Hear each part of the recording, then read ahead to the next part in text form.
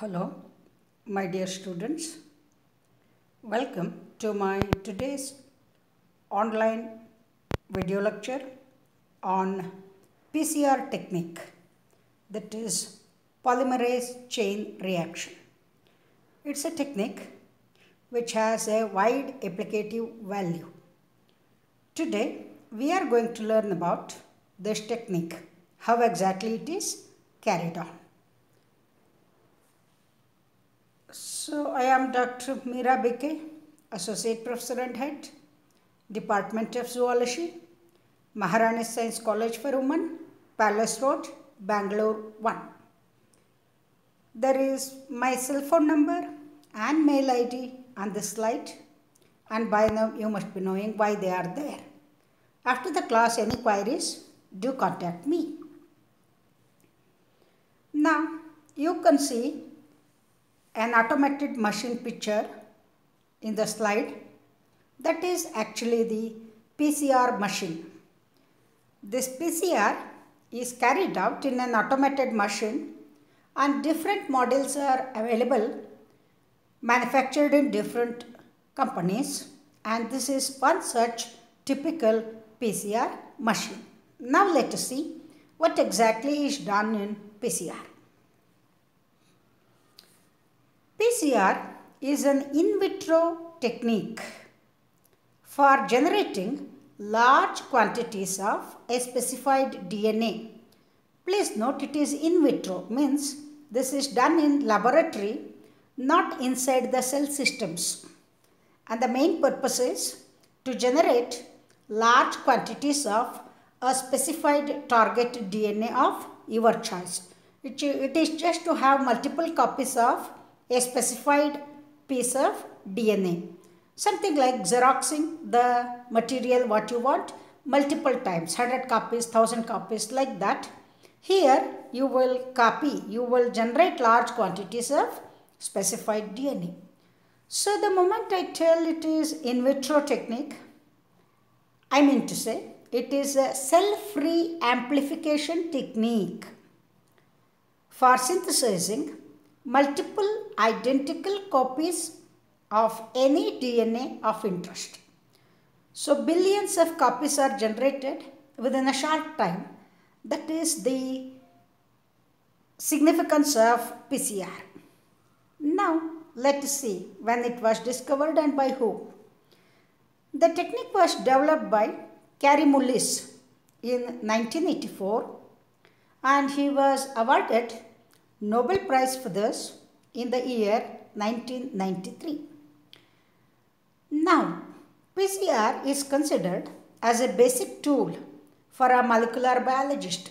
The way you use your laptops, the way you use your Xerox machines in the offices, in the same way, for a molecular biologist, PCR is something like that. Okay? Now, what is the principle? The double-stranded DNA of interest is denatured to separate into two individual strands. Okay? The double-stranded DNA of interest is denatured. The first step in PCR reaction is denaturation. Okay? Denaturation. Then, each strand, that is single-stranded, is then allowed to hybridize with a primer. This is called renaturation. Then, the primer template duplex is used for DNA synthesis using the enzyme DNA polymerase, and this step is known as synthesis. So basically, in any PCR reaction, three steps are involved: denaturation, followed by renaturation, followed by synthesis. Okay? So, denaturation is separating the two strands of double-stranded DNA of interest. Then, hybridization of each strand with a primer is called renaturation. And once you get a primer template duplex, if it is used for DNA synthesis, In presence of the enzyme DNA polymerase, it is called synthesis. So these three steps, denaturation, renaturation and synthesis, are repeated again and again and again to generate multiple copies of target DNA. This is exactly the principle of PCR. Then what all you need to conduct a PCR? First and foremost thing is you need a target DNA whose multiple copies need to be generated.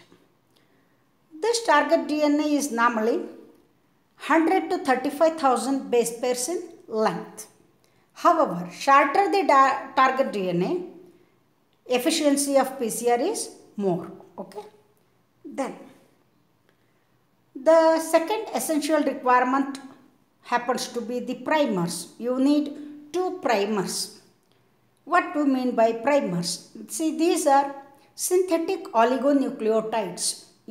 Automated machines are available to synthesize these oligonucleotides of known base sequence. Okay, you can synthesize them. Normally, they are of 17 to 30 nucleotide length. 17 to 30 nucleotide length, and they are complementary to the regions flanking the target DNA.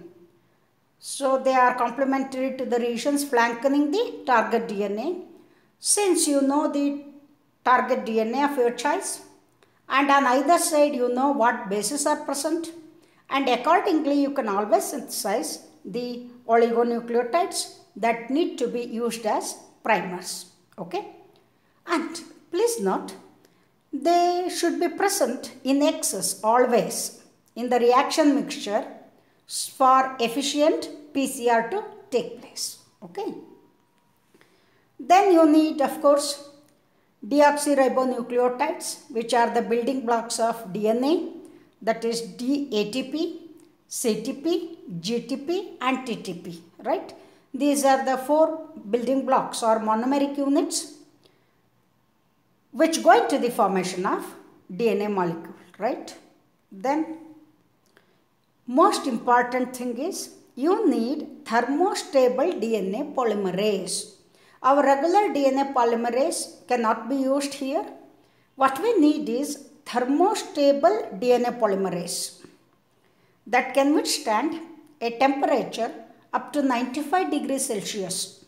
The enzyme should be able to withstand a temperature of 95 degrees Celsius. Okay. Basically, it's a protein, right? So, normally at that temperature, proteins undergo denaturation. It should not happen, right? And normally, we use Taq polymerase. Taq polymerase is a thermostable DNA polymerase which is isolated from the bacterium Thermus aquaticus.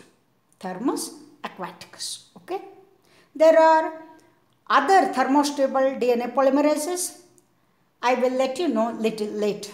Okay. And the drawback of this particular Taq polymerase. This technique involves repeated cycles for amplification of the target DNA. Each cycle has 3 stages, right? Each cycle has 3 stages. Yeah, this is the schematic representation, right? So, the green colored ones are the original DNA to be replicated. We need multiple copies of this particular DNA. And the red ones represent the DNA primer. And the blue ones are the nucleotides. Okay? ATP, GTP, CTP and TTP. Right? So, in the first step, what is done, as I have already told you in the principle, denaturation should take place. When you raise the temperature, say to around 95 degrees Celsius, okay, for about 1 minute, just 1 minute, the 2 DNA strands get denatured and the strands will separate out. You can see in the diagram, the 2 strands have separated out. This is the first step, that is denaturation. This is followed by the second step, that is renaturation, or it is also called annealing. And you should cool the mixture now. Okay? As the temperature of the mixture is slowly cooled to about 55 degrees Celsius. From 95 to, you should cool it to 55 degrees Celsius. The primers, the red colored ones, base pair with the complementary regions flanking the DNA strands, target DNA strands, and that is what you can see in the step 2. And this process is called renaturation or annealing. And in the reaction mixture, you should see that there is a higher concentration of primers. Okay? This ensures annealing between DNA strand and the primer rather than the two DNA strands. So, when you maintain higher concentrations of primers, the two separated DNA coming together is avoided. That's the purpose why you should have higher concentration of primer strands. This is the second step in PCR, that is renaturation. This is followed by synthesis. You can see the third step here. The initiation of DNA synthesis occurs at 3' hydroxyl end of each primer. You can make out here. So, the original DNA strand 5' and 3' and opposite 5' and 3', but the synthesis begins at the 3' hydroxyl end of each primer, both the sides. You can see how exactly the reaction takes place. The primers are extended by joining the bases complementary to DNA strands. Already you have given all the 4 bases, DATP, DGTP, GTTP, right, and DCTP, right. All the 4 are available. Based on that base complementarity rule, the DNA strands are extended. This synthetic process is quite comparable to the DNA replication of the leading strand. Now, I want you to go back to your previous semesters and remember about DNA replication. There you must have studied, right? Leading strand and lagging strand, Okazaki fragments, all that, right? So here, the synthesis is almost comparable to the DNA replication of the leading strand. So as a homework, you can just go back to your molecular biology notes and learn more about DNA replication of the leading strand, not the lagging strand. Okay? Now, for the reaction to take place, the temperature has to be kept optimal as required by the DNA polymerase. For example, the optimal temperature for Taq polymerase is around 75 degrees Celsius. So, the synthesis will take place, and if you want to stop, you have to just do one thing.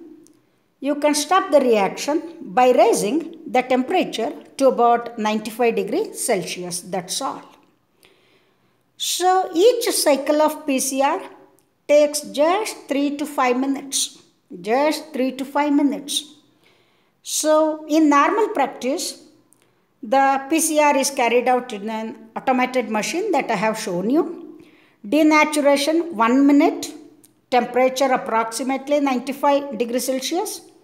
Annealing or renaturation about 1 minute, temperature approximately 55 to 68. And synthesis approx 2 minutes, temperature approximately 75, right? So this is what exactly happens during the PCR. Now, the new DNA strands are formed, right? So the new DNA strand joined to each primer, what has been shown in blue color in this diagram, is beyond the sequence. Please note, is beyond the sequence that is complementary to the second primer. These new strands, the blue ones, are called long templates and they will be used in the second cycle. Blue ones are called long templates and they will be used in the second cycle. Okay. So this is what exactly happens in PCR. Let us see some more details in next slides. So same thing, whatever I have explained, I have given here. So denaturation 95 degrees for about 1 minute. Then renaturation 55 degrees. So all this pairing and higher concentration I have told you, right? Then here you can see another PCR schematic representation wherein I have explained the synthesis, right? Then, so this is the first step. Then DNA synthesis by Taq polymerase. Then you will get duplicated DNA fragments. So at the end of cycle 1, PCR cycle 1, you get 2 copies. At the end of cycle 2, you get 4 copies. At the end of 3, you get 8 copies. That is a matter of 15 minutes. So like this, you keep on getting, finally you get billions and billions of copies, right? So same thing I have repeated here. Now, so I have given the timings. Yeah, this is the graph showing you the time taken for each step and the temperature required, right? So the new DNA strand joined to each primer is beyond the sequence that is complementary to the second primer. So these new ones are called the long templates, which are used in the second cycle. So for the second cycle of PCR, the DNA strands original 2 and newly synthesized long templates 2 plus 2, 4 are subjected to denaturation, annealing and synthesis, right? So at the end of second round, you will get long templates and the DNA strands which you get in the second cycle on long templates, which are coded along the long templates, are called short templates, right? That is DNA strands with primer sequence at the other end and sequence complementary to end primer. These are formed. So at the end of second round, you will get virginal strands, long templates and short templates which are used in the third cycle of PCR. In the third cycle, the virginal DNA strands along with short and long templates are the starting materials. Denaturation, renaturation and synthesis are repeated. This procedure is repeated again and again, and it is estimated that at the end of 32nd cycle of PCR, how much time? 32 into 5, okay? So 32nd cycle of PCR, about 1 million-fold target DNA is synthesized within such a short span of time. Okay, this is the beauty, significance of PCR. Now, when you are doing all this, what are the key factors that you need to remember to conduct PCR at optimal condition so that the products are ideal? Okay, now primers. See, you have to have the primers of 17 to 30 nucleotide length, and it is preferable to have primers without secondary structures. They should not have any loops. That's what I meant by secondary structures. And they should be without complementarity among themselves. Otherwise, these primers only will join to each other, where the whole reaction goes a big waste. So coming to primers, you should have 70 to 30 nucleotide length. They should not have any secondary structures, and they should be without complementarity among themselves to prevent auto matching, right? Then DNA polymerase, I was telling you. Normally we make use of Taq polymerase isolated from Thermus aquaticus, but there is one drawback with this enzyme. It lacks proofreading exonuclease activity, 3', 5' exonuclease activity. That means normally any DNA poly will have this proofreading exonuclease activity.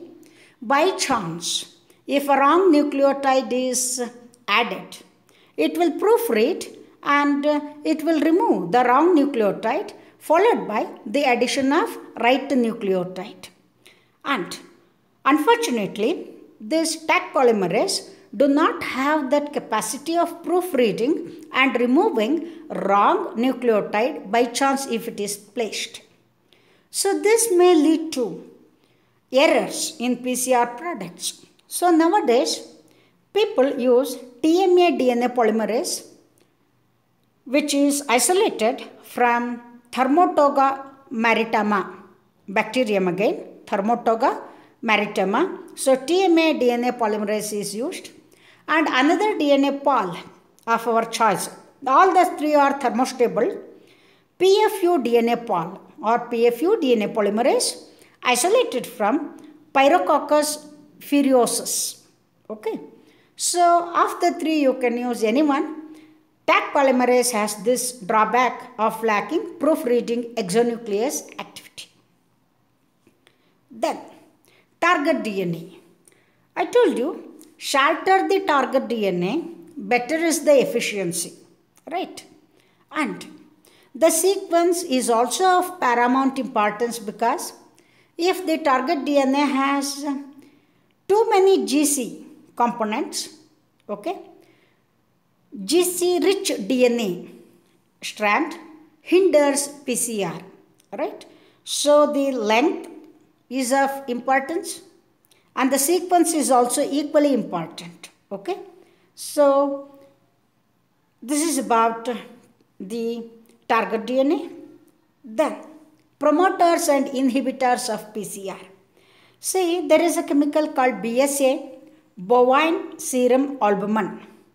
If you add BSA to the reaction mixture, it will enhance the PCR efficiency. On the other hand, if you add humic acids, that will inhibit the PCR. So, if you want to have PCR in optimal conditions, you have to take care of all these things, all right? So, this is all about the PCR technique. Dear students, thank you for listening, and in my next lecture class, I am going to talk about the applications of PCR, okay? It has a wide application as on now. I am going to discuss in detail in my next class. Thank you for patient listening. Stay blessed. Any queries, do contact me.